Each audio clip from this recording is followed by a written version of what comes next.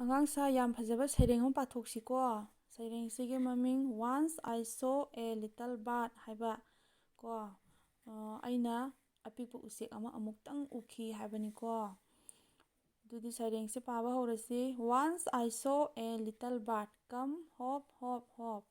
I cried, little bird, will you stop stop stop? I was going to the window to say how do you do, but he shook his little tail and away he flew ꯍꯥꯏꯕꯀꯣ꯫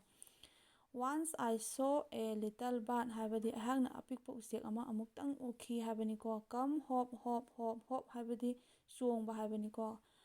ꯆꯣꯡꯉ ꯆꯣꯡꯉꯒ ꯂꯥꯛꯑꯦꯕ꯫ Come hop hop hop ꯆꯣꯡꯉ ꯆꯣꯡꯉꯒ ꯂꯥꯛꯑꯦꯕꯀꯣ꯫ I cried ꯑꯩꯍꯥꯛ ꯀꯞꯄꯝꯃꯤ꯫ Little bird ꯑꯄꯤꯛꯄ ꯎꯆꯦꯛ, will you stop stop stop ꯅꯍꯥꯛ ꯂꯦꯞꯀꯗ꯭ꯔꯥ ꯍꯥꯏꯕꯅꯤꯀꯣ꯫ I was going to the window ꯑꯩꯍꯥꯛ ꯀꯩꯗꯧꯕ ꯊꯣꯡꯅꯥꯎ ꯃꯌꯥꯗ ꯆꯠꯂꯝꯃꯤ to say ꯍꯥꯏꯅꯕꯒꯤꯗꯃꯛ ꯍꯥꯏꯅꯕ how do you do ꯅꯍꯥꯛ ꯀꯃꯥꯏ ꯇꯧꯔꯤꯒꯦ ꯍꯥꯏꯕꯁꯦ ꯍꯥꯏꯅꯕꯒꯤꯗꯃꯛ ꯑꯩꯍꯥꯛ ꯊꯣꯡꯅꯥꯎ ꯃꯌꯥꯗ ꯆꯠꯂꯝꯃꯤ꯫ ꯁꯤꯗ I ꯍꯥꯏꯔꯤꯁꯦ ꯁꯤꯒꯤ ꯅꯨꯄꯥ ꯃꯆꯥꯁꯤꯅꯤꯀꯣ, ꯁꯤꯒꯤ ꯕꯣꯏꯁꯤꯅꯤ ꯁꯤꯗ I ꯍꯥꯏꯔꯤꯁꯦ꯫ But he shook his little tail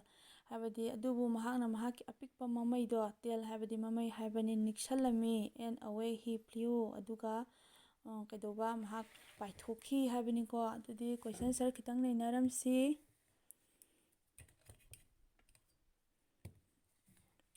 What did the child see? ꯑꯉꯥꯡꯗꯨꯅ ꯀꯔꯤ ꯎꯈꯤꯕꯒꯦ ꯍꯥꯏꯕꯅꯤꯀோ꯫ The child saw a little bird ꯍꯥꯏꯕꯤꯔꯣ ꯑꯟꯁꯔꯗ꯫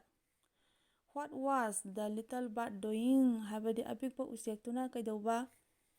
ꯀꯔꯤ ꯀꯔꯤ ꯇꯧꯔꯝꯕꯒꯦ ꯁꯤꯅꯤ, ꯀꯔꯤ ꯇꯧꯔꯝꯕꯒꯦ ꯍꯥꯏꯕꯅꯤꯀꯣ꯫ ꯑꯗꯨꯗꯤ ꯑꯟꯁꯔꯗ ꯈꯨꯝꯕꯤꯔꯣ꯫ The little bird was coming by hopping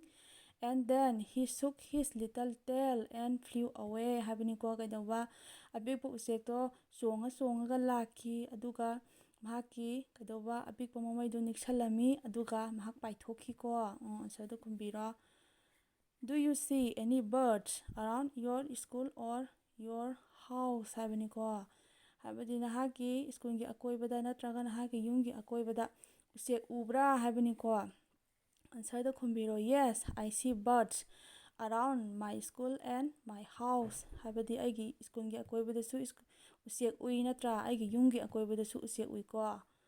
ꯑꯗꯒꯤ have you tried